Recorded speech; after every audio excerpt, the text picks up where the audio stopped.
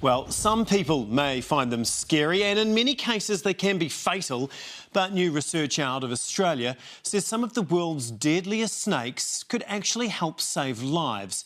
Scientists from the University of Queensland have found venom from Australia's eastern brown snake and the scaled viper could help mend uncontrolled bleeding in humans. Joining us now with more on the discovery is one of the lead researchers on the project, Dr. Amanda Kijas. Amanda, thanks so much for joining us. First though, can you explain how this works?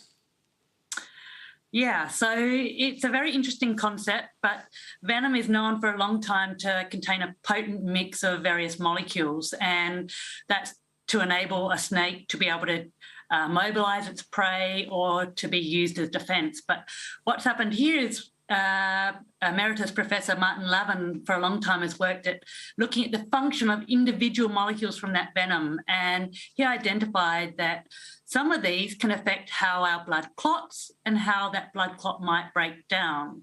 So we took this innovation from the venom of snakes and we've applied it as a mechanism to be able to control bleeding after trauma, where there's real negative outcomes at the moment where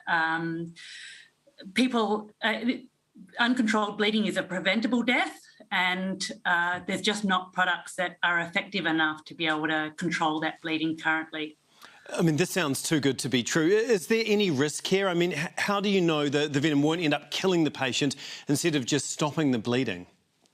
Yeah, so we're not doing that whole mix of molecules that, that's the function of snake venom. We're taking only one particular one, and we know we've characterised that function, we understand it very well, and we know how its mechanism of action on the human and animal blood clotting pathways, so we can understand that quite well. And this next phase of study that we're now undertaking will evaluate that quite carefully, that safety aspect, because we are, of course, also quite concerned, and that's part of the design of the delivery system with this gel, this hydrogel that we're delivering with, that will kind of be topically applied to the wound. So the venom proteins will be delivered with that gel to form a sealant on the wound as well. So there's a combination of factors there that we're using to try and evaluate those aspects. That's incredible. Just quickly, can you talk us through the potential of this venom compound? How and where could it be used in the future? Yeah, this is specifically targeting a point of injury application. So you're talking about a roadside accident, so where a bystander or a paramedic can actually deliver something after someone's undergone major injury and actually control that bleeding rapidly. So this is a phase of care where most deaths occur due to uncontrolled bleeding. And in the military setting, this is something we're also very interested in, and where we have received quite a bit of funding from the US Department of Defence, is specifically for combat injury, where they're out in the military field, and to address that pre-hospital phase of care.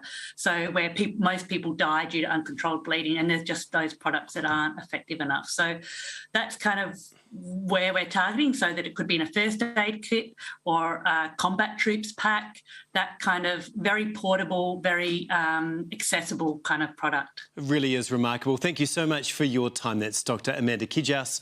Thanks for your time tonight. Really happy to be able to talk about our research. Thanks.